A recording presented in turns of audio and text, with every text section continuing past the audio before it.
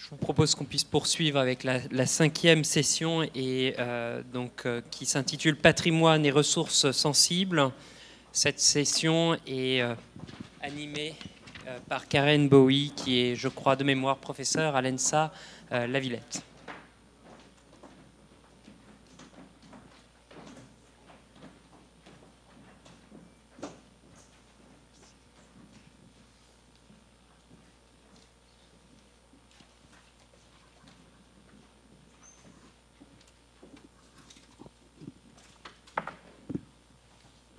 Merci Paul Smith de cette question qui permet de faire la transition. Est-ce que ça fonctionne?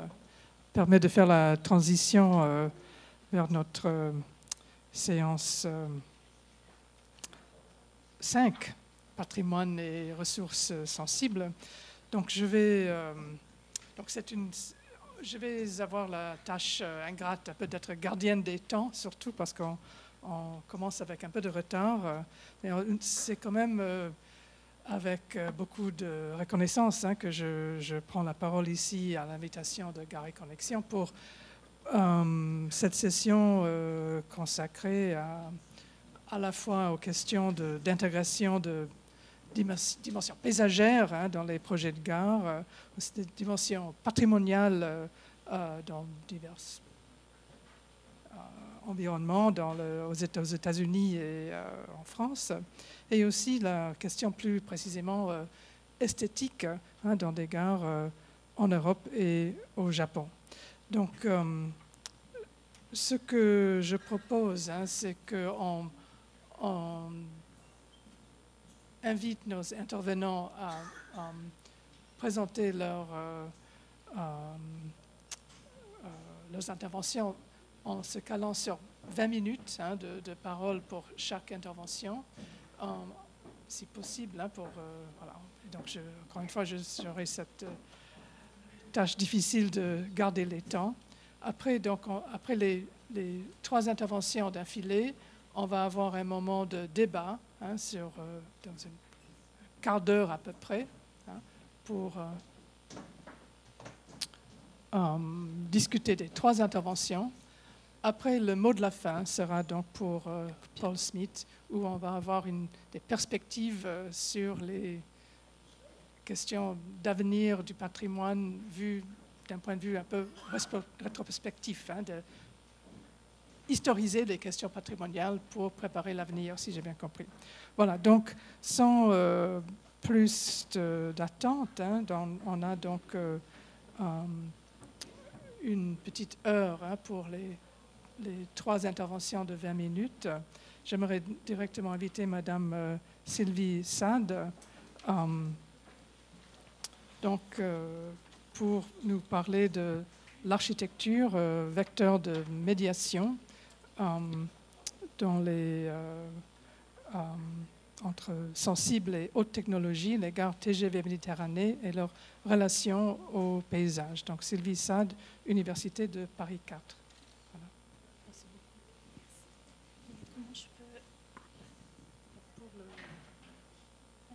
Quelqu'un qui s'occupe de la technique ou non? On peut aller dans les présentations.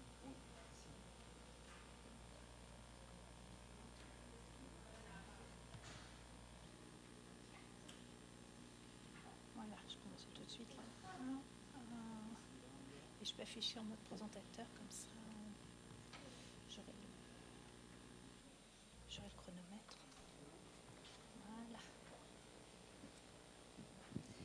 Bien, merci.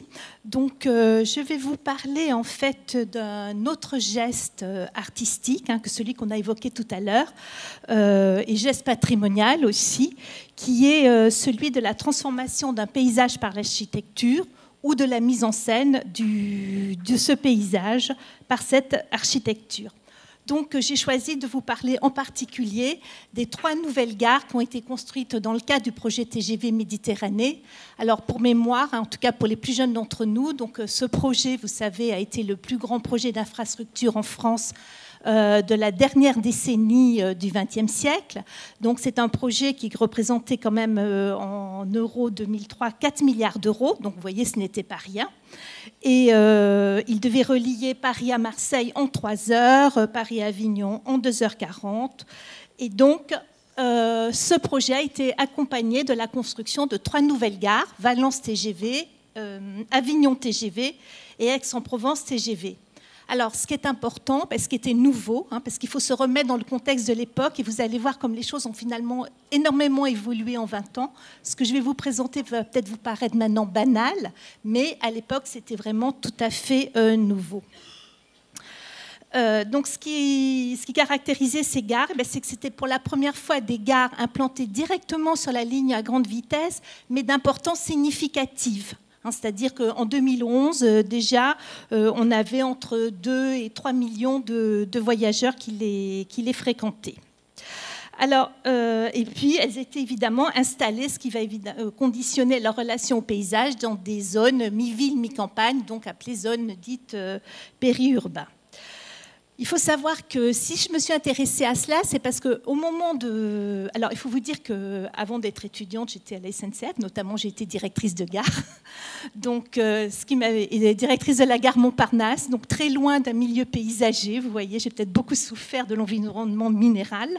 Et donc, ce qui quand même les a caractérisés, c'est qu'au moment de la réception, au moment de leur mise en service, eh bien, c'est que toute la presse, finalement, s'est, entre guillemets, extasiée sur leur caractère de gare paysage, gare jardin, gare belvédère. Enfin voilà, il y a pléthore d'articles qui ont abordé le sujet de cette gare sous cet angle-là.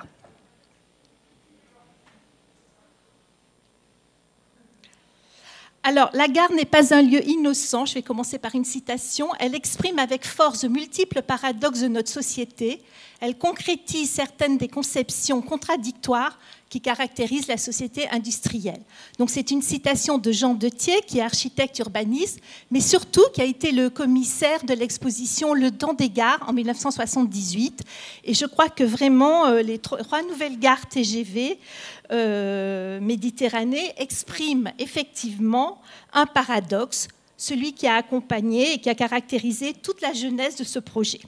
Alors, il faut savoir que fin 1989, donc on n'était pas dans des démarches, comme on l'a tout à l'heure montré, présenté, des démarches très participatives.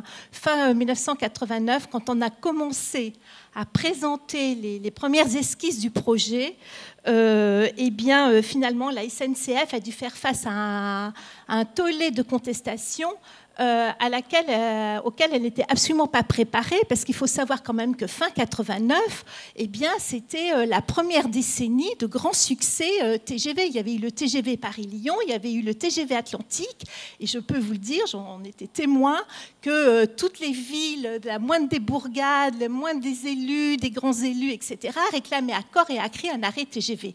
Donc, quand on a commencé à présenter ce projet, eh bien, on était quasiment sûr qu'il allait être complète, qu'on allait rencontrer une adhésion totale. Eh bien, pas du tout. Certains même ont écrit le projet qui n'a failli jamais voir le jour. Donc, c'est là un peu tout le paradoxe, je dirais en 2 mots. Eh bien, le train à grande vitesse, oui, tout le monde avait envie de pouvoir venir dans le sud de la France à grande vitesse, mais les gares et les infrastructures, non. Voilà. Et donc, finalement, en 1990, la contestation avait pris une telle ampleur que le gouvernement nomma un médiateur, le conseiller d'État Max Kérien. Alors, celui-ci renégocia les tracés, ce n'est pas trop ce qui nous intéresse, mais surtout, et ça c'était un fait nouveau, il prit de nombreux engagements environnementaux, et en particulier celui de préserver les paysages. Donc, il faut savoir que la notion de paysage, dans les années 80-90, c'était une notion, c'était un concept qui était en train d'évoluer énormément. Il y avait énormément de réflexions sur le sujet, des théories de pensée qui étaient en train des écoles de pensée plutôt qui étaient en train d'émerger, des idées qui se formalisaient. Et donc, ok, mais préserver le paysage, c'était rien de vraiment défini. Alors, la demande s'adressait évidemment aux constructeurs de la ligne, donc de la ligne, des ouvrages d'art, mais aussi aux architectes. Alors, pour eux, donc, je vous le disais, intégrer les gares dans le paysage, essayer de réfléchir un peu à ce que ça ça peut signifier. Alors, c'est plus facile d'en parler, c'est plus facile de porter un jugement a posteriori, mais c'est beaucoup plus difficile, finalement, de le décrire, parce que le paysage est par essence un concept subjectif, et c'est aussi une question de point de vue. Alors, s'agissait-il, par exemple, de les dissimuler, de les cacher, comme le souhaitaient implicitement les riverains? N'oubliez pas que Rem Koolhaas, quand il est au moment de la construction de la gare de TGV de l'île Europe, lui, son premier schéma, le premier schéma qu'il a présenté, c'était une gare complètement enterrée en souterrain. Donc, tout ça pour vous dire que c'était un peu contradictoire, en tout cas avec l'idée que l'on se faisait des gares à l'époque, et notamment avec l'idée que s'en faisait Jean-Marie Dutilleul, qui était alors l'architecte en chef des gares de la SNCF. Donc voilà le point de vue de Jean-Marie Dutilleul. Donc je vous le lis, comme ça je ne déformerai pas sa pensée. L'ambition de l'architecte n'est pas juste de s'intégrer au lieu, avec le seul souci de dissimuler le plus possible l'intervention humaine. Au contraire, il faut le transformer pour le valoriser encore davantage. Il faut aimer les lieux que l'on va transformer pour avoir envie de leur donner plus encore. Autrement, on ne peut pas les faire évoluer correctement. L'intégration, cela veut dire une transformation dans une logique ouverte sur le futur. Alors, vous allez me dire, finalement, il y a beaucoup de constructions, je dirais, industrielles et même ferroviaires au XIXe siècle qui, au départ, ont heurté les gens.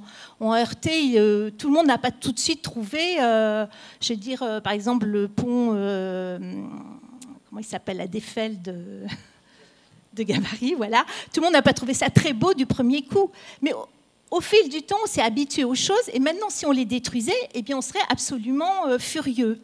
Or, là, la question qui se posait, on ne pouvait pas dire laissons le temps au temps, parce qu'on est dans une société, notamment déjà dans les années 90, où on était complètement dans l'immédiateté. Donc, il fallait faire quelque chose sur lequel on devait porter tout de suite un jugement positif. Donc, ce qu'on appelle la société de l'hyperaccélération, et j'y reviendrai tout à l'heure. Alors, je vais aller très rapidement sur finalement les étapes clés que l'ensemble des architectes ont adoptées pour cette transformation. Alors, tout d'abord, ils ont fait une analyse paysagère à grande échelle. Donc, je vous ai pris ici l'exemple d'Avignon TGV. Donc, Avignon TGV, après moult débats, a été implanté dans le site de Courtine. Donc, voilà le site avant la construction. Donc là, vous voyez en rouge, c'est la ligne à grande vitesse avec déjà le petit rectangle rouge, le schéma de la gare. Là, vous avez donc en blanc là, le petit rectangle blanc lumineux en haut à droite qui représente déjà l'emplacement de la gare. Idem, là, c'est plutôt en haut à gauche. Et puis voilà le résultat final avec la gare donc installée, là, vous voyez, sur la ligne et en parallèle de la Durance. Donc j'ai 3 remarques par rapport à cette analyse à grande échelle. La première, c'est que la gare TGV, enfin ces gares de TGV, ce qui était en fait finalement assez nouveau à cette dimension-là, ne desservait plus une ville mais tout un territoire. Deuxième remarque, le concept de paysage avait déjà évolué. Alors maintenant, évidemment, en 20 ans, ça a complètement changé, mais il faut se remettre dans les années 90. Le paysage n'était plus seulement associé à la contemplation romantique d'un merveilleux site naturel, mais déjà à l'idée d'une enveloppe que l'on pouvait traverser et habiter. Et ça, c'était assez nouveau. Et puis, cela me permet également de souligner l'importance de la vue aérienne, du regard photographique. Alors, ça n'a rien de nouveau en 1990, mais ce qui est quand même nouveau, c'est que ça va devenir complètement banal, notamment avec le développement de Google Maps à partir de 2002. Et il faut savoir que l'appréciation esthétique de l'insertion des gares dans le paysage, notamment par les institutionnels, va surtout être faite à travers ces photos. C'est un peu comme dans les guides touristiques.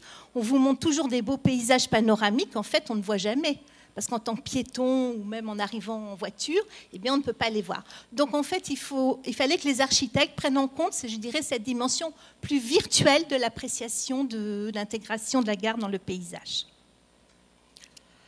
Alors, autre grande nouveauté à l'époque, c'était une réflexion sur le paysage dès la conception. Alors là, on est effectivement loin de la présentation de tout à l'heure. On n'a pas écouté les gens ni dans les gares, ni tellement dans l'environnement. Mais vous voyez, bon, je ne vais pas vous décrire chacun des schémas, mais donc il montre comment le paysage. Donc là, c'est l'exemple d'Aix-en-Provence, où la TGV, où la gare devait faire face à la montagne Sainte-Victoire, donc artialisée entre guillemets par Cézanne, hein, donc qui est devenu de ce fait un paysage mythique, et en plus c'était également un site classé. Donc le paysage, vous voyez dans le schéma, devient tout à fait fondamental dans les réflexions sur la conception de la gare. Voilà, je vais assez vite parce qu'on a peu de temps, je crois. Troisième point, une approche globale de la gare. Donc ça, c'est la gare de Valence TGV. Alors là, on est très loin, je dirais. Vous savez que la majorité des gares ont été construites au XIXe siècle. Bon, un certain nombre au XXe siècle. Mais quand on parlait, je dirais, au XIXe siècle de l'embellissement de la ville par la gare, on s'intéressait essentiellement aux bâtiments voyageurs et à la façade monumentale qui était tournée vers le centre-ville. Mais on s'intéressait évidemment, on n'appréhendait pas la gare dans son ensemble, comme ici, c'est-à-dire l'ensemble de la trace visuelle, c'est-à-dire à la fois le bâtiment voyageur, les abriquets. Alors ici, il n'y a pas de bâtiment annexe dans une gare TGV, mais également les voies, les accès aux voies, les parkings. Donc c'est une approche globale de la gare. Alors, ceci est aussi à une importance, eh bien, c'est que lorsque on a une vue comme ça, alors attendez, je vais vous montrer d'abord Avignon, voilà, Avignon TGV, donc vous voyez très bien, notamment sur le schéma, quelle est l'approche globale de la gare, et surtout Aix-en-Provence TGV, qui a encore, et là je dirais que ce qui délimite vraiment la gare, et c'était une idée du paysagiste Michel Devine qui a travaillé là-dessus, c'est l'anneau qui enferme, vous voyez l'anneau de circulation qui enferme les emprises de la gare. Alors d'abord, c'était important parce que finalement, pour s'intégrer dans la gare, je crois que la priorité, la demande essentielle qui était faite aux architectes, c'était de réduire au maximum la coupure visuelle qu'entraîne une gare. Enfin, je dirais par essence, c'est sa faille originelle, c'est la coupure qui s'inscrit dans le paysage.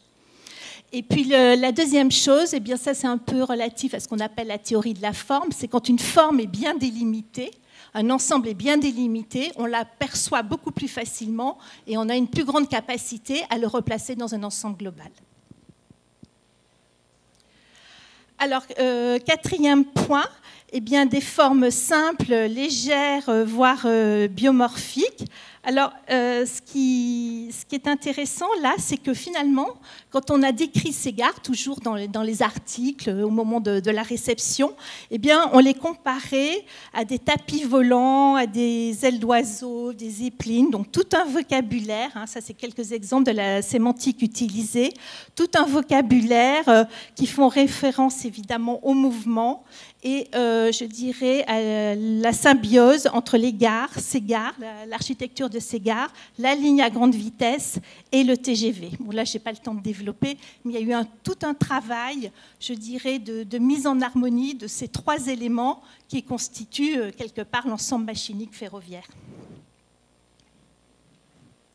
Alors, cinquième point, des citations architectoniques. Alors, là, vous avez l'exemple d'Avignon TGV, où on a choisi, vous voyez, avec beaucoup de minutie, la couleur du revêtement du pavillon départ de la gare d'Avignon TGV, en bas à droite, qui est complètement collé, vous voyez, à la couleur des remparts de la Cité des Papes. Et ça, ce n'est pas un hasard, c'est quelque chose de volontaire et bien ciblé. Alors, évidemment, à Aix-en-Provence, avec la montagne Sainte-Victoire au loin, donc sur le plateau de l'Arbois, fait de garrigues, de chênes verts, la gare se dessine face à la montagne Sainte-Victoire. Son immense toiture s'allonge du nord au sud comme une onde dans le site en écho à la célèbre silhouette. Et puis encore, dernière citation, pour la gare d'Aix-en-Provence, donc citation d'ailleurs faite par Jean-Marie Dutilleul lui-même. Il y a tout un ensemble de piliers de bois qui sous-tendent, enfin toute la halle, et donc métallique. Et en fait, ces piliers de bois eh bien, sont là pour rappeler les forêts environnantes et puis également les allées de platanes des villes provençales. Donc je vous ai mis une photo. Alors, autre point très, très important, c'est la transparence et les scénarios visuels. Certainement, c'est la gare de Valence TGV, ici. Donc, vous voyez en haut, la gare qui est au centre forme un bloc de verre avec ses deux ailerons. Sur la droite, en haut à droite, vous avez une vue à partir de la montée des escalators. Et en bas, vous avez le point de vue de l'espace attente. C'est une photo que j'ai prise moi-même. Vous avez les fauteuils d'attente qui donnent directement sur le donc, ce qui est important... Alors, attendez, je voulais vous citer là... je ne sais plus...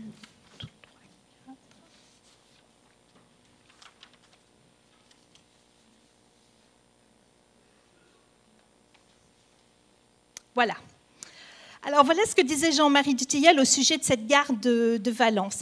Il disait « La gare de Valence TGV est aussi une machine à contempler le paysage, en l'occurrence le Vercors, qui par sa forme massive et par son passé de haut lieu de la résistance, raconte une histoire plus tragique. Le bâtiment est tapi à distance du massif et s'ouvre vers lui. La découverte de ce paysage, en remontant les escaliers roulants de la Grande Faille où s'arrête le train, est à la fois impressionnante, lyrique et progressif. » Donc, Jean-Marie Dutilleul exprimait encore une fois sa volonté d'immerger le voyageur dans le paysage. Et c'est un point que je veux particulièrement souligner, parce qu'on pourrait penser que la gare est avant tout un lieu de passage, de mouvement, un nœud de correspondance, on l'a beaucoup dit, un point de mobilité, surtout à l'arrivée. Les voyageurs veulent rapidement rejoindre leur point de destination, mais ce n'est pas parce que nous allons vite que nous ne sommes plus sensibles et que nos sens ne sont pas éveillés. En fait, notre regard, sous l'effet de la vitesse, est habitué à la vision cinétique. Et l'art, qui est souvent révélateur des évolutions du regard, finalement nous le montre. Alors, je vais vous prendre l'exemple d'un artiste qui s'appelle Xavier Veillant, un artiste contemporain qui est particulièrement intéressé par l'art cinétique. Et il dit explicitement que ce qui le séduit, ce n'est plus l'immobilité, la contemplation, mais l'enchaînement des visions. La beauté, ce n'est plus de voir un paysage de montagne, mais un défilement de paysages. Pour lui, tout est mouvement. Il a plus le sentiment d'appartenir à un nœud d'un réseau qu'à un lieu. Et cela ne l'empêche pas d'être sensible aux bribes d'images captées, réassemblées ensuite par notre cerveau. Alors pourquoi c'est important ? Parce que dans l'idée que l'on a des gares, comme on circule et qu'on passe vite, on se dit à quoi ça sert de faire des points, à quoi ça sert de travailler la vue sur le paysage, puisque en fait, la gare n'est faite que pour être traversée très rapidement. Eh bien, pas du tout. Notre vision cinétique est complètement habituée à cela, et ce n'est pas parce qu'on va vite qu'on n'a pas besoin d'émotions et je dirais d'une atmosphère sensible. Alors, 7e et dernier point, eh bien, c'est des nouveaux jardins de gare. Et je crois qu'effectivement, le plus beau pour moi des jardins, c'est certainement celui d'Avignon TGV. Donc, ces jardins, alors vous savez que les jardins de gare, ça n'a rien de nouveau, hein, parce que déjà au XIXe siècle, par exemple, on avait un célèbre architecte des jardins qui a fait une encyclopédie sur le sujet, qui s'appelait Édouard André. Et dans cette encyclopédie sur les parcs et jardins, il avait déjà consacré beaucoup de rubriques aux jardins de gare. Donc, c'était déjà quelque chose de très important. Mais ce qui est évidemment très différent entre les jardins du XIXe siècle et les jardins de notre époque, c'est qu'au XIXe siècle, on était dans une démarche de domestication de la nature, on apportait de nouvelles essences. Alors là, on n'était pas du tout dans la même logique. Donc, c'est Michel Desvignes, hein, qui est un paysagiste très renommé, qui a eu d'ailleurs le Grand Prix de l'urbanisme en 2011. Il est surtout connu d'ailleurs pour son travail sur les lisières et le périurbain, qui a dessiner et créer ces jardins. Et ce qui est important, eh bien, c'est qu'en fait, il adhérait complètement à l'idée de Jean-Marie Dutilleul que le jardin devait d'abord être un travail de transformation, de sublimation de la nature existante. En deux mots, c'est comme s'il travaillait sur un palimpseste. C'était ça le sens de sa démarche.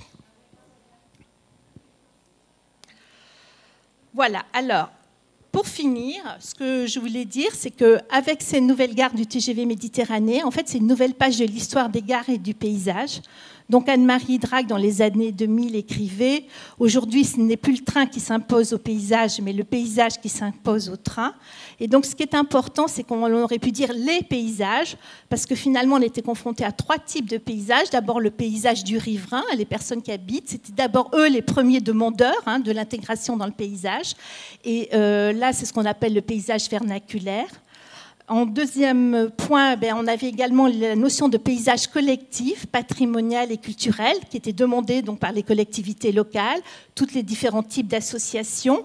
Et ce qui est intéressant, je voulais vous donner cette anecdote, c'est l'année dernière quand je suis allée à Avignon, aux archives d'Avignon, eh bien, il y avait une exposition sur le patrimoine de la ville, et la gare faisait déjà partie, était déjà leur dernier élément de patrimoine. Elle était déjà inscrite dans leur patrimoine. Donc, ça voulait dire que c'était devait être des bâtiments dont ils étaient fiers. Et puis surtout, le paysage mis en scène pour le voyageur, qui est donc ce que je vous ai expliqué, un point fondamental, qui est une nouvelle dimension du paysage ferroviaire. Parce qu'en effet, il ne faut pas oublier que le voyageur TGV perd le contact avec la réalité. Et donc, ce n'est pas pour rien que d'ailleurs on a considéré que le TGV était un aspirateur de paysage. Donc, dans la gare, le voyageur va retrouver la vraie vie. Et en particulier, c'est là où il va avoir son premier choc de dépaysement. Et c'est ce qui va redonner au trajet en TGV son sens de voyage. Parce que, pour avoir pas mal travaillé sur j'étais aussi responsable de la stratégie voyageur, on s'est beaucoup interrogé sur la valorisation du trajet TGV en tant que tel. Et il perdait son sens de voyage. Et pour qu'il faudrait je dirais, ce choc, cette prise de conscience de changement de paysage, redonne une nouvelle dimension au déplacement et le revalorise en quelque sorte. Voilà, alors je voulais juste, en conclusion, vous dire qu'avec le recul d'une vingtaine d'années, cette crise de la jeunesse du TGV Méditerranée, selon le philosophe Hartmut Rosa, correspond à un besoin de décélération dans un monde d'hyperaccélération que symbolise le TGV. Et la société confrontée à une overdose de projets d'infrastructures manifesta le besoin de souffler et de respirer. Voilà l'analyse qu'on en a faite. Et le dernier point, là, c'est une historienne de l'art très récemment qui a soulevé ce point. Pour elle, cette crise, qui a souvent été interprétée comme une crise écologique, était aussi et peut-être d'abord une crise de la sensibilité à la nature. Et l'art, qui joue souvent le rôle de dénonciation, eh bien ici, l'art, et en l'occurrence l'art architectural, a plutôt joué le rôle de réconciliation entre la haute technologie et le sensible. Et c'est ce point que je crois qu'il ne faut pas oublier.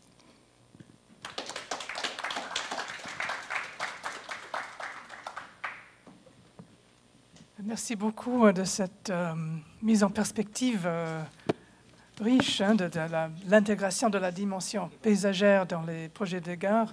Comme annoncé en début de session, en fait, on va garder les questions et les discussions pour après les trois interventions. Donc, on va passer directement la parole à Isabelle Gournay, qui est professeure à l'Université du Maryland aux États-Unis, qui va nous parler de la petite gare américaine et ses enjeux patrimoniaux et communautaires. Merci Isabelle.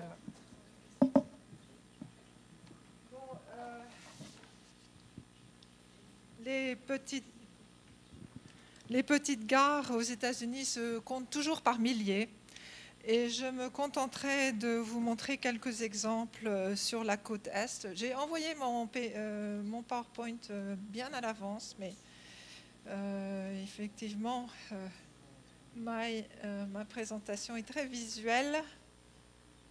Donc, j'attends la première photo. Voilà. Ah, j'en sais rien, hein. C'était à vous de le trouver. Et c'est un PowerPoint. Hein.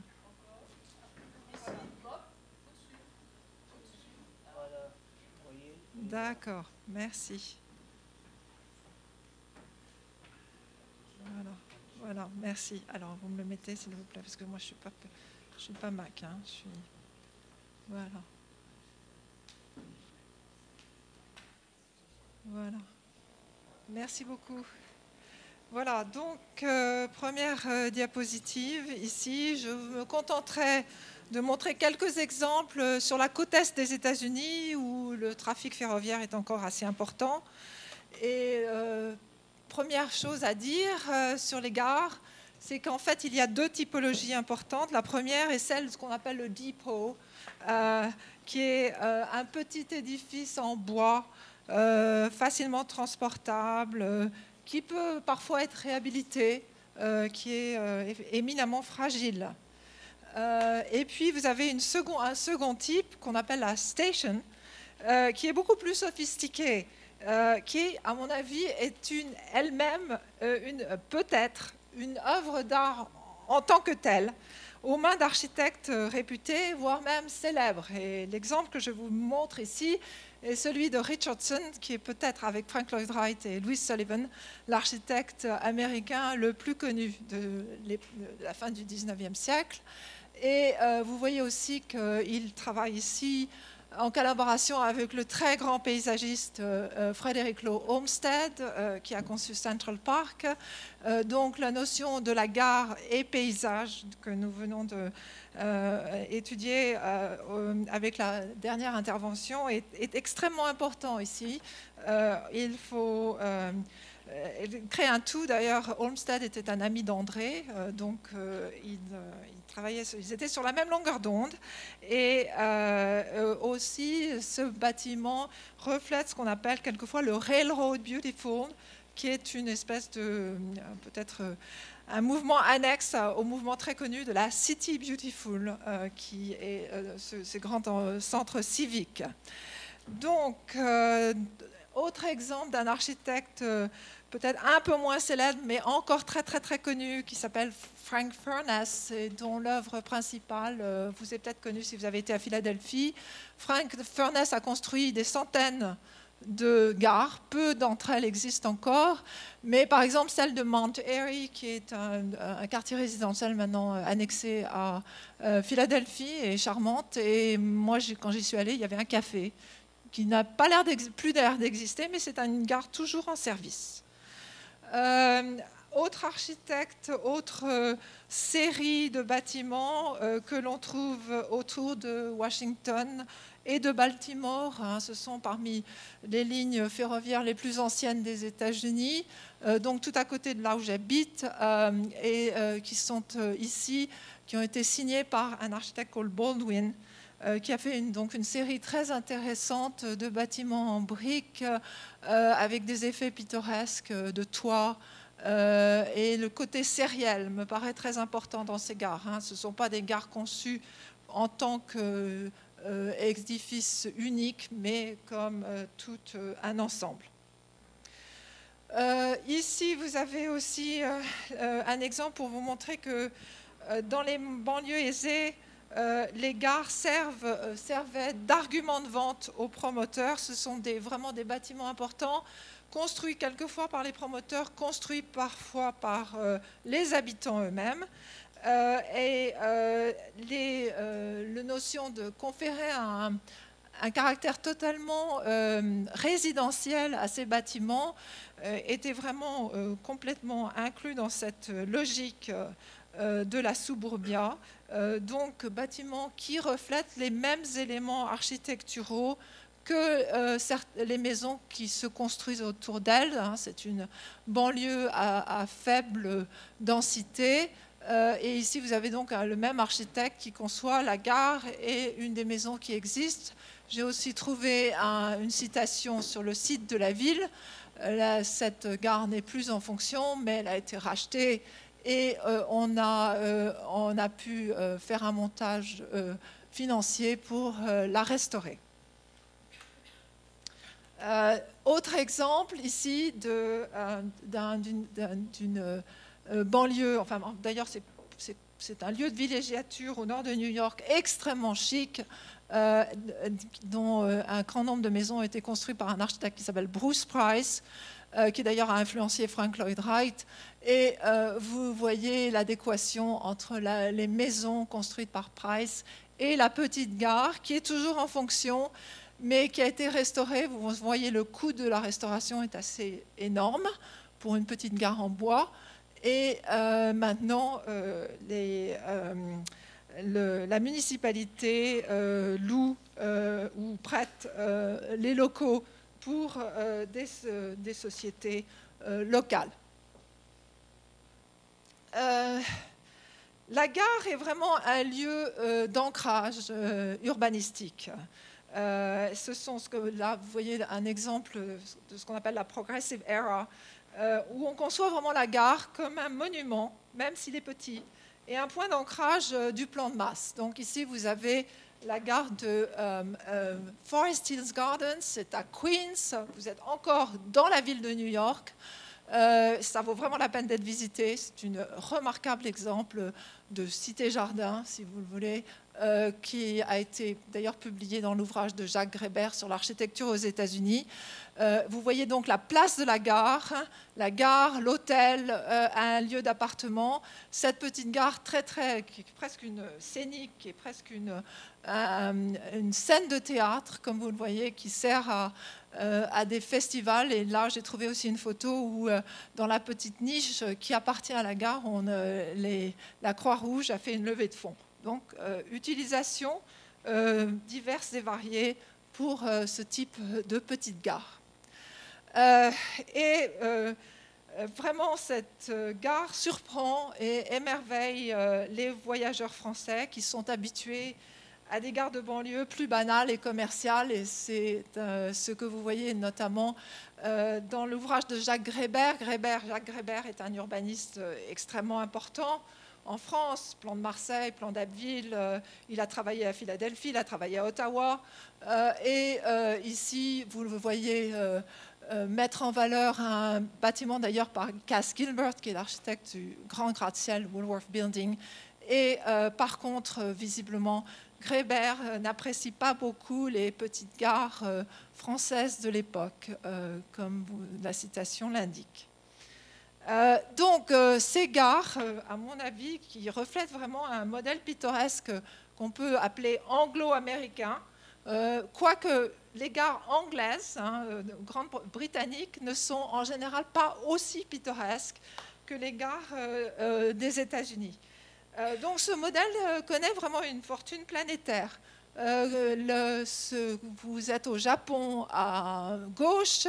Den-en-Chofu a été créée en 1915 comme la première cité-jardin du Japon.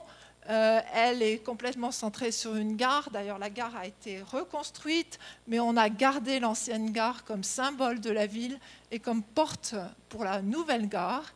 Et j'ai l'impression que certaines gares construites après la Grande Guerre autour de Paris, comme celles qui ont été construites par Gustav Humdenstock, ont une résonance américaine. Humdenstock était professeur à l'école des Beaux-Arts. Il a eu beaucoup d'étudiants américains qui sont venus préparer l'examen d'entrée à l'école avec lui. Et il a été à Saint-Louis en 1904, donc il est fort possible qu'il ait connaissance, par exemple, de la gare du milieu qui a été faite par Warren and Wetmore, qui sont les architectes de Grand Central Terminal. Donc, ces gares très pittoresques sont le complément de ces gares monumentales au centre-ville. Donc, que fait-on de ces gares actuellement ? Là, le recyclage ou l'utilisation qui est la plus logique quand les voies sont désaffectées, c'est d'en faire des maisons individuelles. Et elles s'y prêtent très très bien, comme vous pouvez le voir dans ces exemples. Ce qui est bien, c'est quand on arrive à s'apercevoir que c'était une gare et que la transformation n'est pas trop complète, comme par exemple elle l'est peut-être tout en haut. Donc, utilisation tout à fait pragmatique, mais tout à fait naturel. Bien entendu, beaucoup de ces gares sont réutilisés pour célébrer le patrimoine ferroviaire et l'histoire des chemins de fer aux États-Unis. Les Américains sont d'ailleurs très friands d'histoire ferroviaire. Donc ici, vous voyez des exemples. J'ai indiqué ici que le bâtiment a été classé au National Register of Historic Places, qui est comme nous, les classements nationaux. Mais il faut se rendre compte que ces classements ne sont pas toujours une garantie de pérennité et une garantie de subvention. Si vous voulez obtenir des subventions, il faut que votre bâtiment soit classé à l'échelon local, à l'échelon de la ville ou de l'État. Mais pas forcément, vous n'aurez pas forcément d'argent avec un classement national. Voilà, donc autre utilisation. Bon, utilisation, j'ai vu des bureaux de poste, une bibliothèque, pourquoi pas. Donc des bâtiments rachetés par des villes qui les réutilisent avec, par exemple pour la bibliothèque, je crois, un bon rapport avec la mémoire des lieux. Et une bonne utilisation, bon, ce sont des gares très simples, avec en général une salle d'attente qui se prête très bien à des changements fonctionnels. Ici, vous avez la gare la plus connue de Richardson, à Northeastern. D'ailleurs, on va remettre le train, on va remettre en route un train, il va y avoir une nouvelle gare. Donc cette petite gare qui malheureusement a perdu son haut-vent, qui avait un côté un peu aérodynamique, qui était formidable, est maintenant le siège de la Société historique de Northeastern. On n'a absolument rien changé de l'intérieur pour faire cette utilisation. Remarquez la beauté des détails dans cette gare. Richardson étant un architecte absolument fabuleux, qui n'hésitait pas à construire des gares ou des petites bibliothèques, bien qu'il soit peut-être l'architecte le plus connu des États-Unis dans les années 1880. Autre gare de Richardson qui a été transformée en restaurant. La transformation en restaurant est très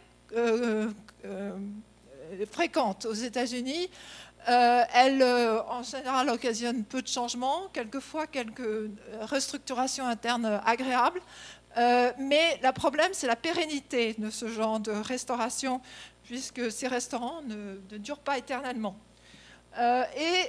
Effectivement, on voit qu'aux États-Unis, la restauration d'une gare, le réaménagement de cette gare est toujours une opération difficile. Même les classements, les montages financiers sont très compliqués. J'ai trouvé donc dans ce site une petite ville de Pennsylvanie, près de Pittsburgh, Beaver, qui, comme vous le voyez, est en total déclin démographique. Donc une ville qui essaye un petit peu de retrouver une certaine activité, une certaine attraction touristique à travers la reconstitution de sa gare, en dépensant beaucoup d'argent pour le faire. Donc opération difficile et risquée, qui montre qu'aux États-Unis, il n'y a pas beaucoup de politique d'aménagement. Seul Amtrak, qui est donc la grande compagnie ferroviaire actuelle, a instauré un programme, mais qui est un programme assez modeste, pour restaurer ses propres gares. Voici ma dernière image. Nassima m'a dit « tu travailles sur l'art », mais je n'ai pas trouvé beaucoup d'exemples de création contemporaine dans ces petites gares. Mais cet exemple me paraît vraiment intéressant parce qu'il y a beaucoup de choses qui se centralisent autour de cette petite gare. C'est une gare au nord de New York, sur l'Hudson, à côté du site très littéraire de Sleepy Hollow, avec la légende de Sleepy Hollow. Et donc, c'est un lieu où beaucoup d'écrivains habitent. Donc, la gare en tant que telle, qui est à l'étage supérieur, est devenue une maison d'édition, un club d'écrivains. Il y a beaucoup de réunions. La salle d'attente n'a pas été changée. C'est une très jolie salle d'attente en bois qui se prête tout à fait à ce type d'activité culturelle. Et la passerelle en tant que telle a reçu de nouveaux vitraux sur grâce au programme qui s'appelle Arts for Transit, en fait, les programmes artistiques sont vraiment liés plutôt à des réseaux urbains. Et celui-ci, d'ailleurs, fait partie de la ville de New York et vous pouvez trouver plein de renseignements sur ce programme en ligne. Voilà, donc peut-être peu de choses en matière de création artistique en tant que telle, mais des gares qui sont des petits bijoux, des joyaux, et qui peuvent certainement, qui revêtent une grosse importance dans ces petites communautés. Merci beaucoup.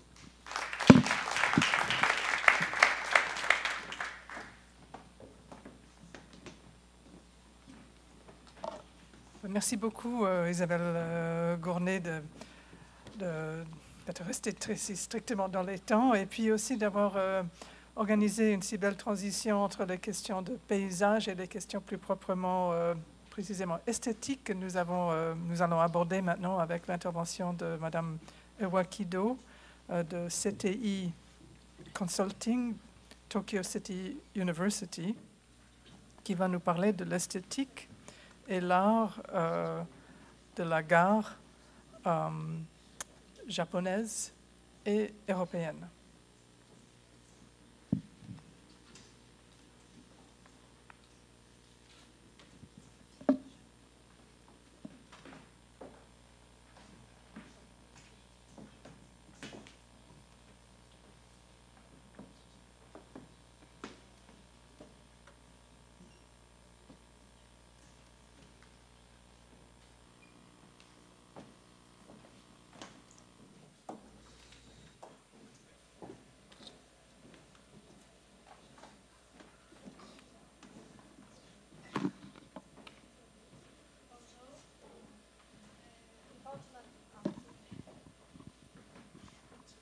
It's okay. Okay. Bonjour. Unfortunately, I cannot speak French, so I will speak English. My name is Eva Maria Kido. I'm working at a consulting company and Tokyo City University, and I am involved in aesthetic design of infrastructure, including railway stations. So today, the lecture, this short presentation will be about aesthetics and art at the railway stations in Japan and Europe. And I will focus on Japanese stations, but also I will show some examples of European stations. And today we are talking about arts, but in my presentation I will show arts in wider context, in the context of aesthetics, as one of aesthetic factors of station design. So first is aesthetic factors. I will just go through some aesthetic factors of station design. Then I will focus on art at the station, and also I will show some examples of new types of stations in Japan, and conclusion. So at first, aesthetic factors of station design. When station was invented, it was completely new infrastructure, new building, so it was necessary to find for the station new form. And in the past, first railway stations reflected just architectural styles, which were common at the time, for example, neo-Gothic or neo-Renaissance or neo-classical styles. And then later stations become standardized. So the popularity of railways declined, stations were not so interesting, and now, since 1980s and 1990s in Japan, we are experiencing station renaissance, so kind of reinvention of railway stations, and we have many interesting stations both in Europe and also in Japan. So we have to emphasize that today railway station is multifunctional transportation and urban facility which consists of building and rail tracks and outdoor surroundings. So we look at the station in wide context. And regarding aesthetics of railways, so in my research, I see stations as a part of railway landscape, which is infrastructure, which consists of railway infrastructure perceived in the context of visual amenity and functional efficiency. So we look at those two components, first visual but also functional. So we have to find balance between visual function and visuality and functionality. And of course, railway landscape elements include stations, train cars, and corridors. Today we are focusing on stations. And of course, aesthetics is philosophy. So this is perception of beautiful. And the same way we are trying to understand the aesthetics of railway stations. And in railway stations, we have to focus on the balance between the exterior and interior of station, between the buildings, architecture, also engineering structure, and transportation function. So it is very difficult to find the balance between all of them. And aesthetic stations have to be clear and easy approachable, barrier-free.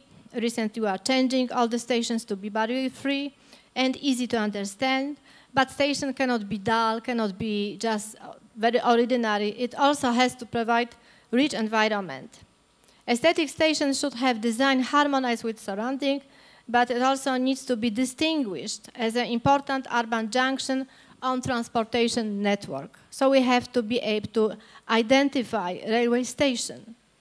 And what are the aesthetic factors of station design? There are several factors.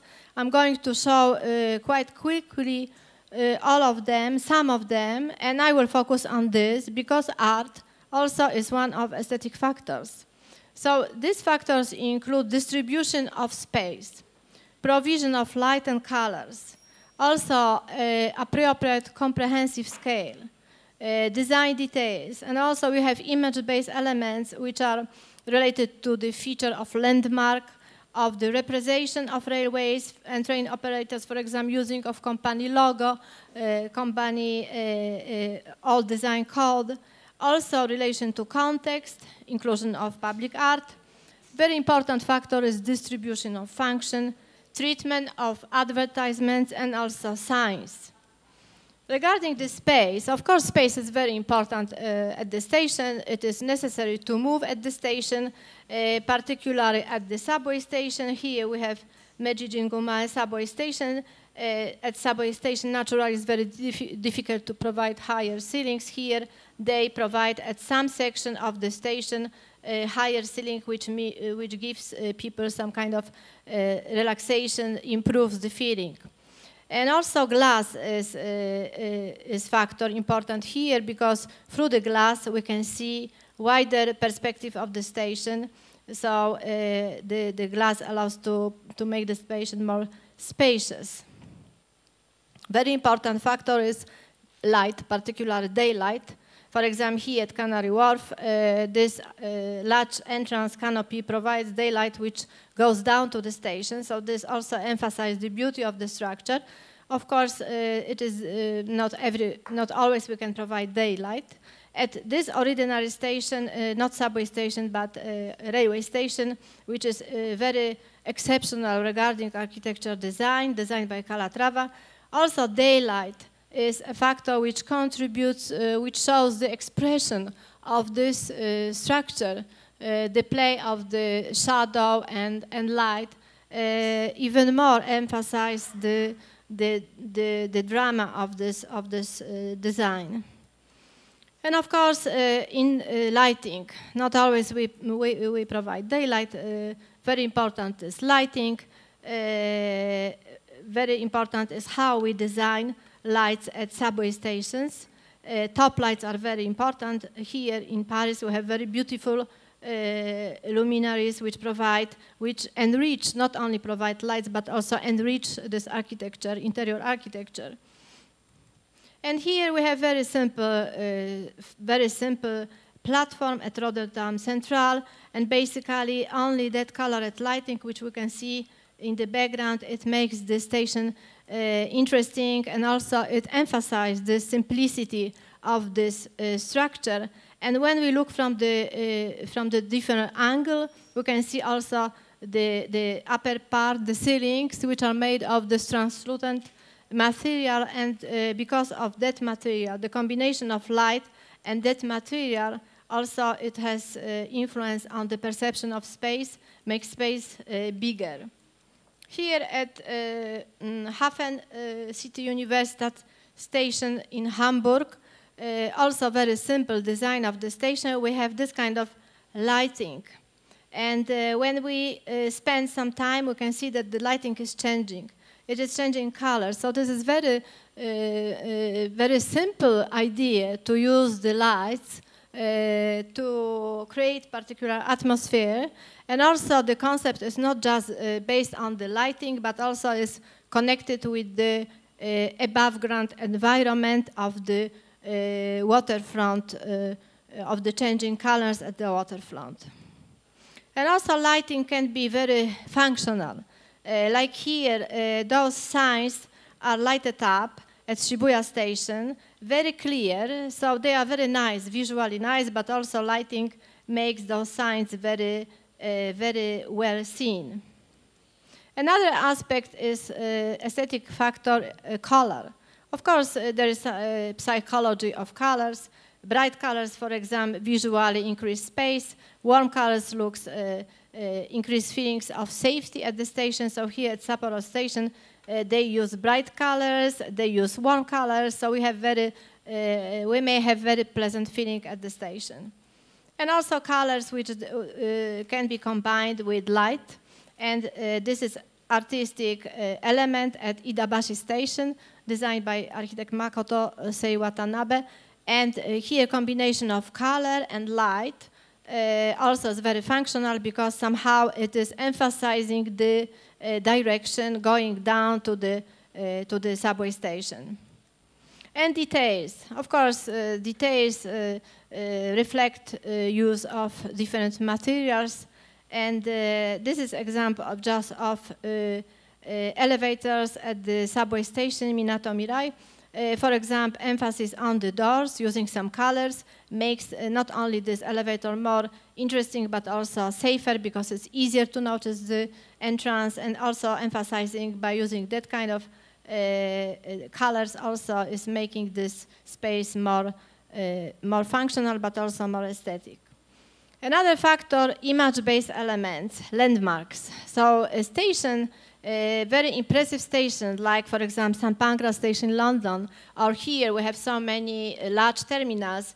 They are naturally landmarks because of their very prominent architecture. Basically, station which is important, which is main station, which is located at some important point in the city, should be somehow visible, should have this landmark quality. Here we have Kagoshima Chuo Station, which is also an important station on Kyushu Shinkansen, but this is the new station. And when we look at this station, basically we see that amusement park, which is located very close. So somehow this quality, the visual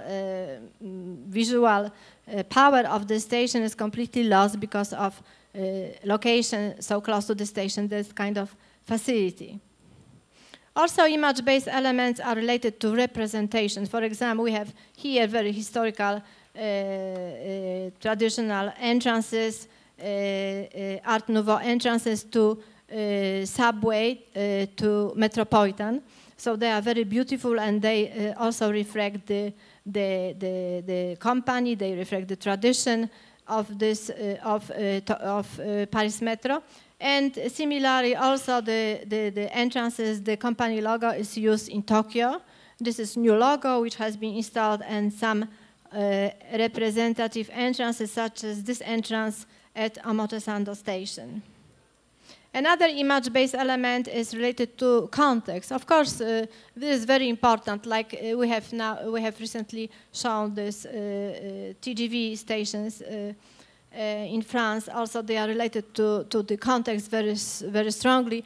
And here, Iwaki Hanawa Station also is related to the surrounding, to the context of the location. Those shapes of this roof somehow reflect the surrounding mountains. And this structure which looks like traditional umbrella, also has some connection with traditional craft here.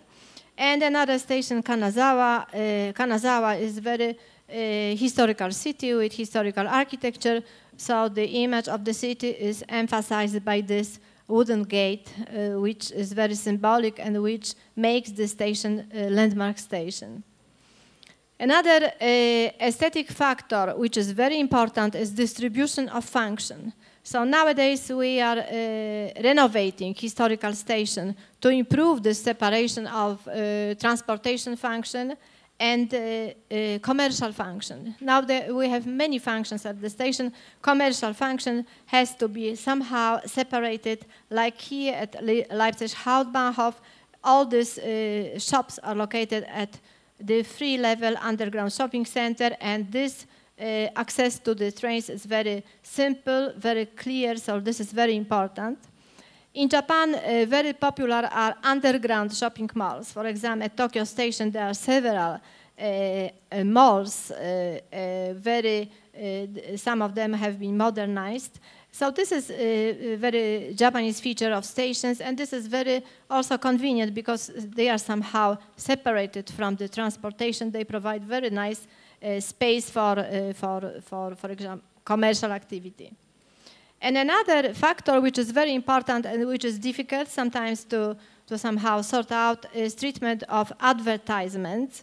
Of course, now we have many types of advertisements, illuminated, traditional, and also advertisements have also some kind of, they are designed by graphic designers, so they have some aesthetic quality, but their first function is advertising. But we can accommodate our advertisements also as a part of aesthetic design if advertisements are used as a part of interior design. So we have to think before when we design station or renovate, we have to think where we will put advertisements. And also it is good when advertisements are connected, for example, thematically to the place. And very important is also when to distinguish advertisements from signs. So of course here, this is very famous treatment of advertisements. Everyone knows how they are displayed here. But also in Japan, they try to somehow improve advertisements. At Ebisu Station, this beer mug is advertising Ebisu beer, but at the same time, it is connected with this is advertisement connected with the place. Very often also here at this board, also they display the advertisement of locally produced beer. And here we have an example of a kind of mess which happens at many stations. We don't know what is where. We cannot see the signs because everything is mixed up. So this is a very bad situation at Aomori Station.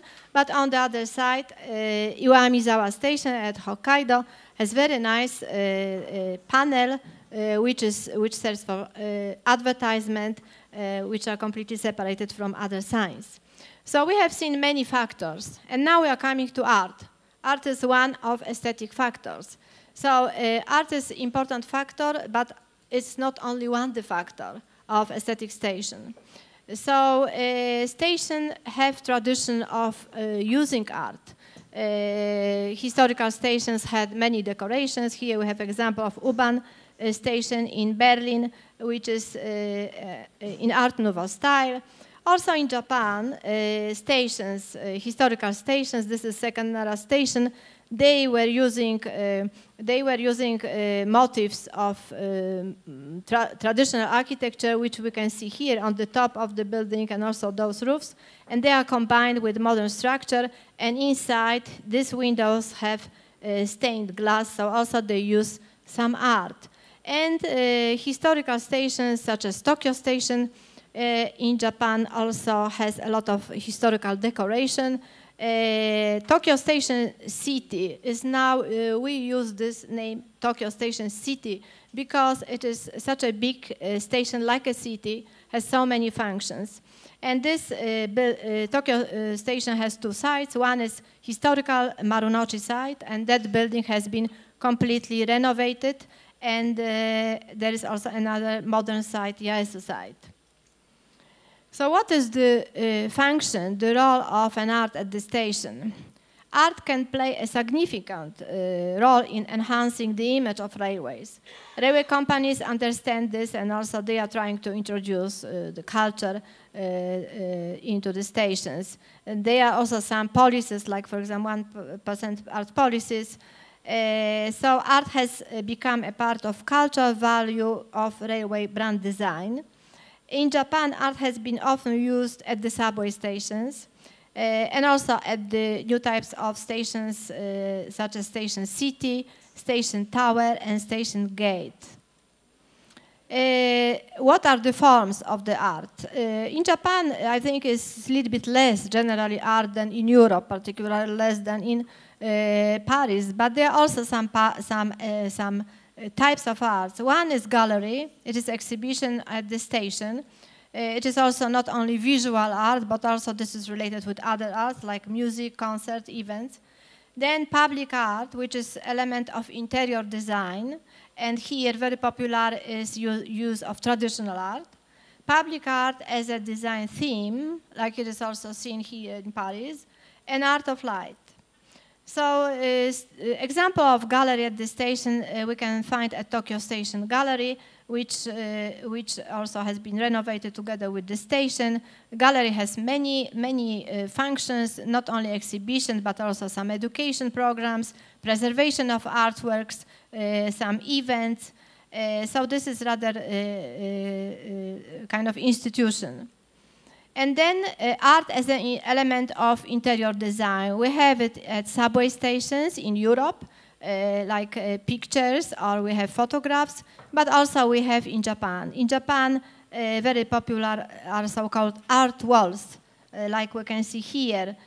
Art walls which depict not only, which often depict traditional, like wood block print drawings or some traditional drawings. Usually those art walls are located at the entrance to the station.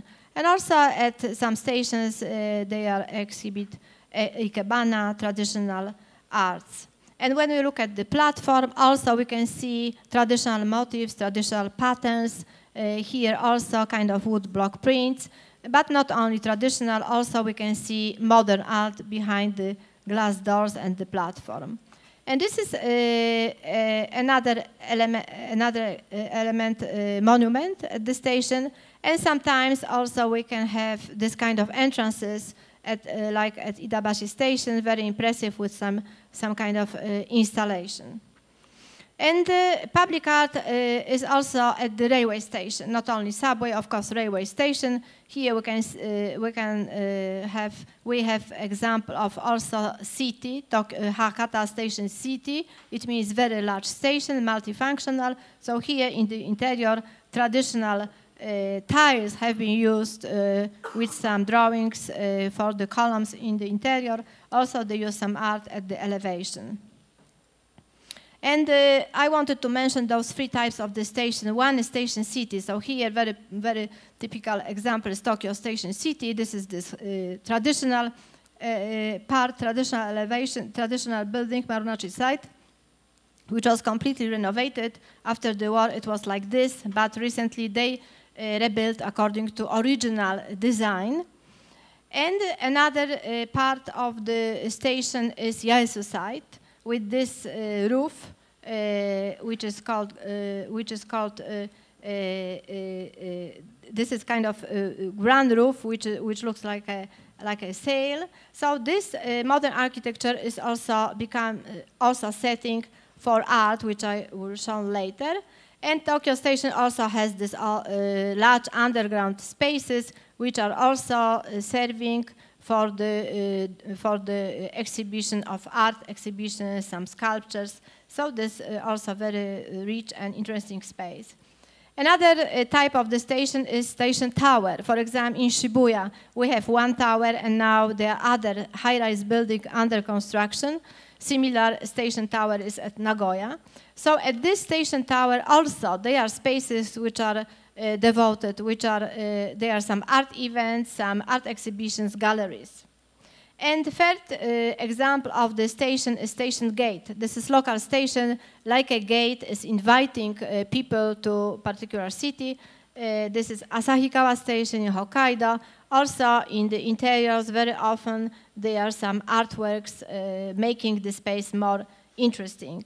And another station gate on the Hokuriku Shinkansen, which has been recently completed. That station, Joetsu Miyoko Station, has this kind of dome, which basically only serves for exhibition of art. Here we can see some glass, some stained glass, and also there are some other artworks. So basically there are many this kind of spaces at new Shinkansen station just for showing some art, showing some local artists. And another type, art as design theme at the station. So this is example of Ryogoku Station, which has been inspired by sumo. So we can see the sumo motif here. We can see the sculptures and also traditional here display at the platform.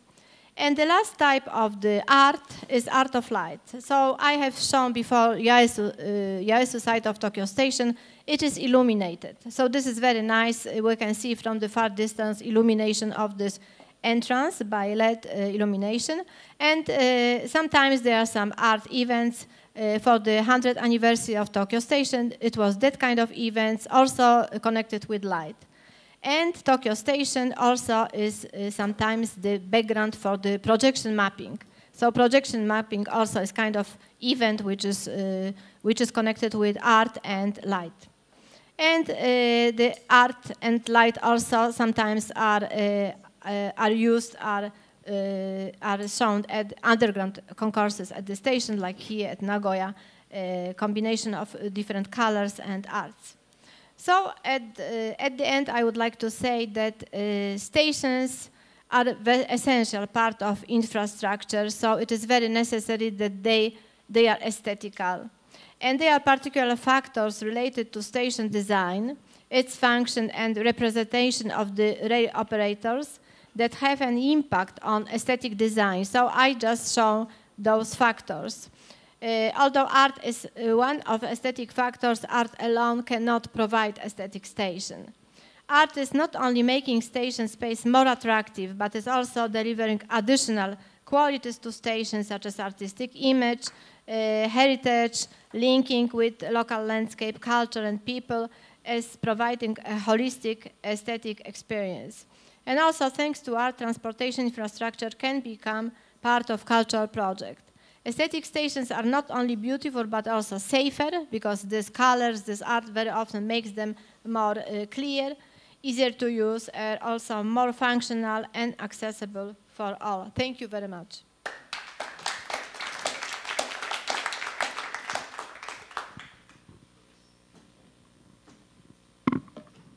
Thank you very much for such a rich array of examples that had us travel all over the world.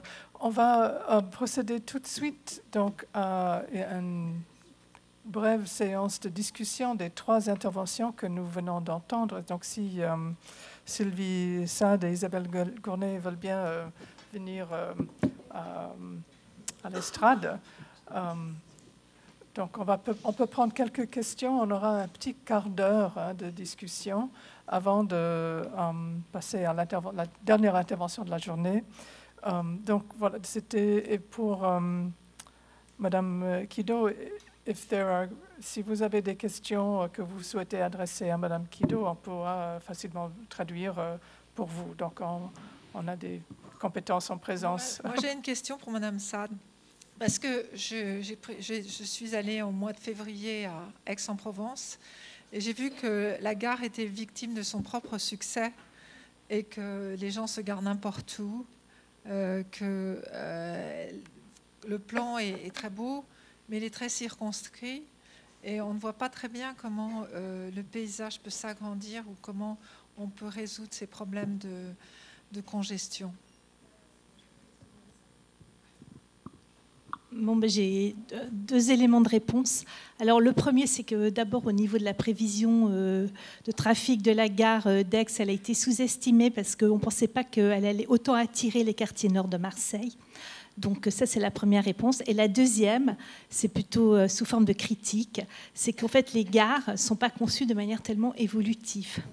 Et donc finalement, et c'est bien une question, parce que quand on imagine plein de scénarios, je dirais, d'arrivée, et notamment tout le travail qui a été fait sur le lien entre les mouvements et le paysage, eh bien, si la gare évolue, le lien avec le paysage devrait être travaillé. Mais de toute façon, de manière générale, c'est un grand problème des gares. Alors maintenant, je ne sais pas comment sont faites les gares nouvelles, mais en tout cas, les gares de cette époque, c'est qu'elles n'ont pas été conçues de manière modulaire. Donc de toute façon, si par exemple, enfin je ne vais pas rentrer trop dans les détails, si les conditions d'exploitation évoluent, si on n'a plus des systèmes de réservation qui diffèrent, eh bien les gares n'ont pas été, il faut les repenser. Donc c'est vrai que c'est un problème. Il y a une question. Est-ce que vous pourriez passer le micro?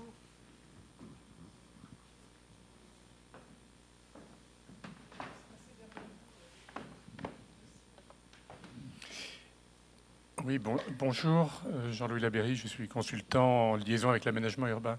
Ce qui me frappe, je rebondis sur votre question, les gares que vous avez montrées, c'est intéressant la perspective sur 20 ans des 3 gares TGV Sud-Est, parce qu'effectivement, elles ne sont pas évolutives. Et ce que l'on voit très bien avec les vues aériennes, c'est qu'elles sont, notamment la gare d'Avignon ou d'Aix, qui est enfermée dans un cercle. La gare d'Aix. Et alors, par rapport à... Oui. Hein, pardon ? Dans un anneau. Enfin, dans un anneau, mais Valence, que je connais bien, est enfermé aussi dans un rectangle.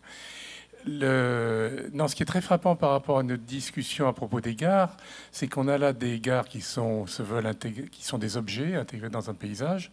Par contre, il n'y a aucune possibilité qu'elles forment un nouveau cœur de ville, enfin quelque chose qui soit dans une ville. Est-ce qu'à l'époque, à votre souvenir, est-ce que ça a été envisagé ? Parce que maintenant, ce n'est plus possible.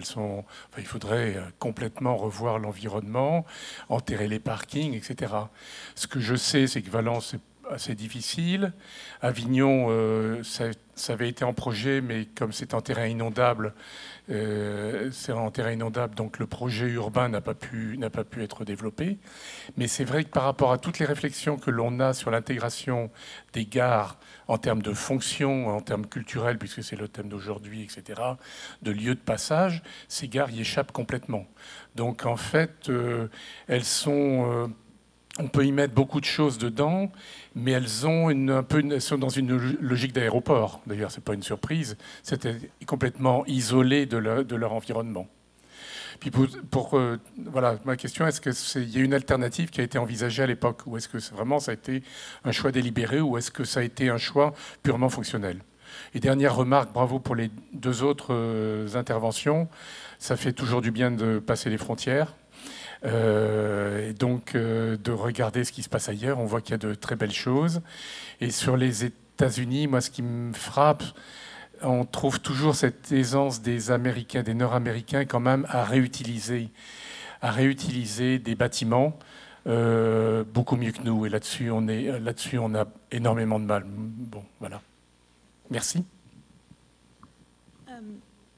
Mais sur votre remarque, oui, effectivement, au départ, notamment autour d'Avignon, il y a eu toutes les communes environnantes avaient un projet de développement urbain, hein, c'est clair. Après, moi, je n'ai pas fait l'état des lieux sur la situation actuelle. Mais ça rejoint peut-être la remarque qui a été faite tout à l'heure sur le fait qu'il y a beaucoup de gares où on avait d'ailleurs des projets de développement urbain. Et ces projets ne sont pas réalisés comme on l'avait espéré. Ceci dit, sur le plan ferroviaire, ces gares ont eu largement le succès attendu. J'aimerais juste rebondir sur cette dernière remarque. Il me semble avoir lu à l'époque qu'il y avait des analyses en termes qui comparaient ces nouvelles gares à des gares historiques comme à Paris, où les gares historiques avaient été implantées en périphérie de la ville existante et que la gare, en quelque sorte, allait attirer la ville et que ça serait, je me souviens de l'expression, germe d'urbanisation. Et je pense que l'effet, on voit mieux aujourd'hui que la gare en elle-même n'est pas forcément quelque chose qui crée de la ville. Et je trouve que c'est une autre dimension, en fait, des leçons de ces gares de la ligne du Sud, en fait.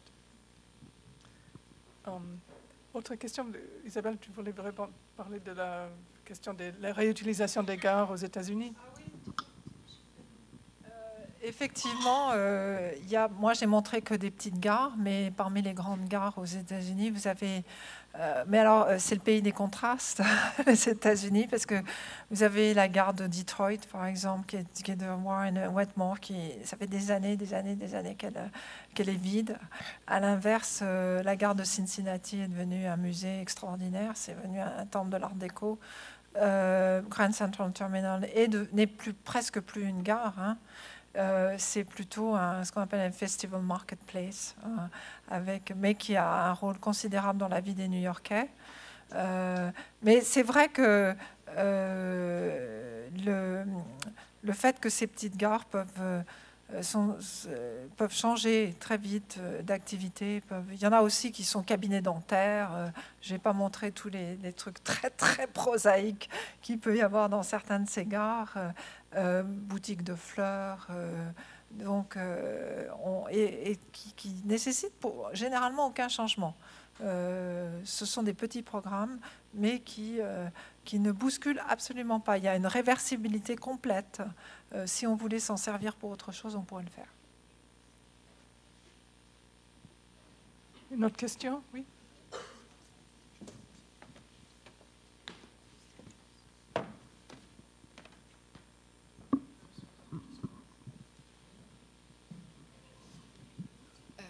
Merci. Donc, je m'appelle Livia, je travaille donc je fais une thèse sur des sujets de participation. Je vais poser ma question par rapport à la ville de Tokyo. Et donc aussi, Ibrahim va peut-être traduire pour moi en anglais. Donc, on sait que les gares japonaises sont très denses en termes de flux. C'est des très très beaux exemples que nous venons de voir, et je me demandais si comment dans des gares qui accueillent énormément de flux, le fait d'aménager au fait des expositions et des choses artistiques qui du coup pourraient dont souvent on a la crainte. On craint souvent dans ces cas-là que ça puisse créer des engorgements, déranger quelque part la fluidité des parcours.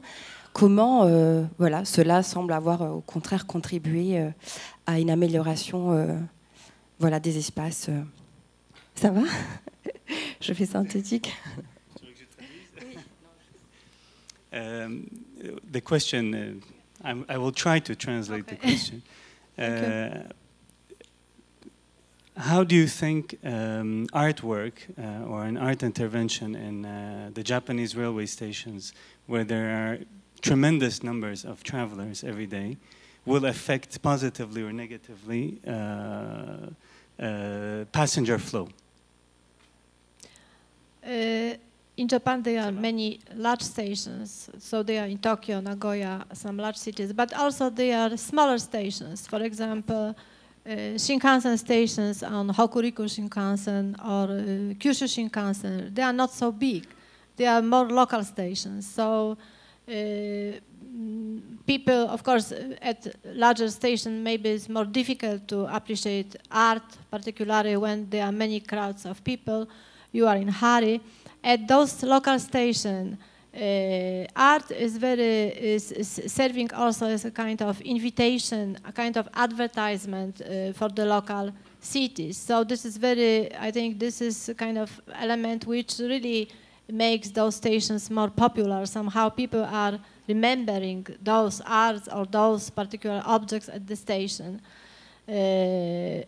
Also, regarding large stations, for example, Tokyo stations, of course, they are very much crowded. But now, in Japan, there are many efforts to improve stations. So, Tokyo Station and other large stations like Shibuya, Shinjuku, they are under renovation. So they are trying to make a station more easier to understand. Concourses clean up from many commercial functions, which was disturbing.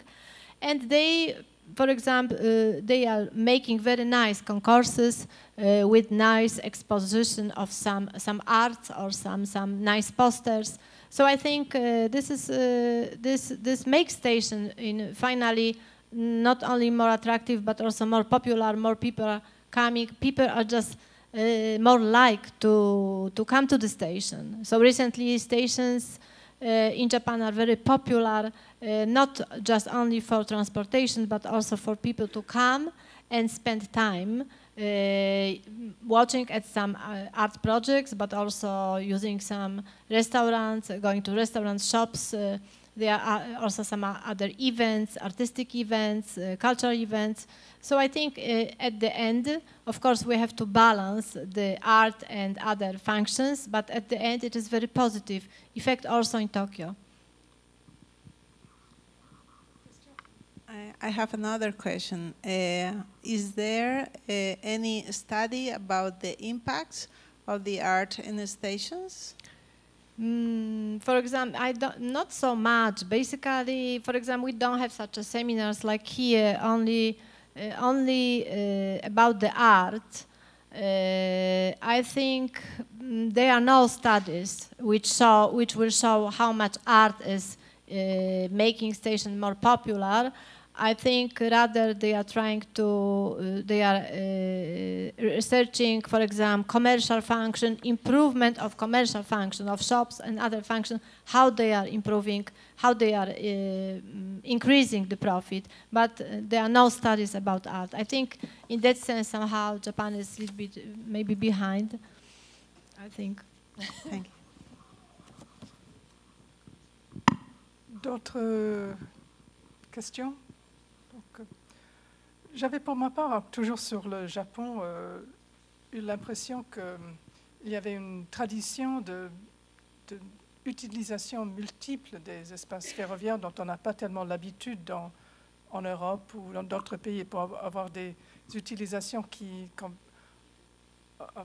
pourraient apparaître à première vue comme pas tout à fait compatibles, comme une bibliothèque dans une gare ou autres services publics dans des gares, qu'il y a une plus longue tradition de variété d'utilisation dans les gares.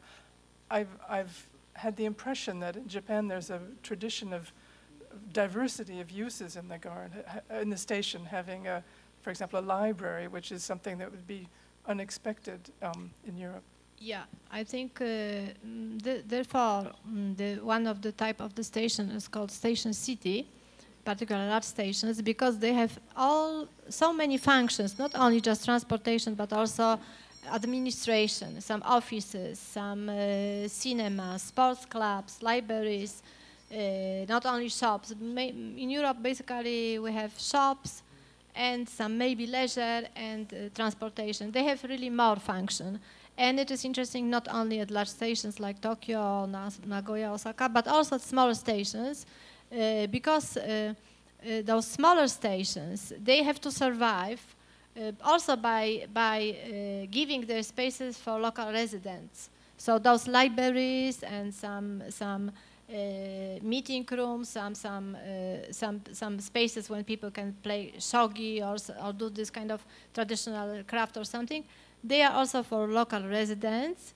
They are also financed by local governments. They are to make station very important in the city. Not only for travelers, because sometimes there are not so many in some rural areas, for example, but also for local people. Therefore, they have so many functions. Thank you very much. Merci beaucoup. Moi, j'avais une toute dernière question pour Isabelle Gournay par rapport à la question de patrimoine, reconversion des petites gares. C'est une question qui se pose aussi dans d'autres pays, en France notamment. Mais la question, quand on parle de patrimonialisation de ces espaces, le processus de patrimonialisation repose aussi sur des connaissances historiques. Oui. Qui a construit, tu nous as fait reconnaître l'importance de certains architectes de petites gares dans les faits historiques, la date, l'architecte. Oui, oui. Ce sont des connaissances qui ne sont pas toujours faciles à recueillir dans les sources des Mais ça, informations. c'est l'un des avantages du classement, parce que le National Register implique un dossier de classement quand même assez conséquent, qui d'ailleurs maintenant qu'on peut trouver sur l'Internet. Donc, et puis il y a aussi énormément de sociétés, d'amateurs, de ferroviaires, etc. Certaines, moi j'ai obtenu des listes complètes de toutes les gares, petites gares qui se trouvaient dans chaque État, avec au moins la destination qu'elles ont à l'heure actuelle, etc. Donc le travail fait par un certain nombre de sociétés historiques est important. Puis il y a aussi des monographies pour les auteurs les architectes les plus importants. Mais il est certain qu'il y aurait plus de recherches à faire. Quand il n'y a pas d'archives ferroviaires, tu connais peut-être mieux ça que moi, Karen, mais il n'y a pas d'archives centralisées des compagnies. Bon, les compagnies n'existent plus, elles ont quelquefois été remplacées par d'autres. Donc, effectivement, il doit y avoir beaucoup de travail qu'on pourrait faire, qu'on pourrait continuer à faire si on trouve, en fouillant un peu plus les archives. Bon, merci. Donc, s'il n'y a pas d'autres questions, je tiens à remercier beaucoup nos trois intervenantes de cette riche approche.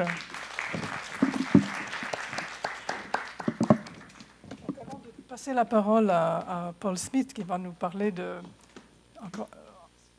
cette question de patrimonialisation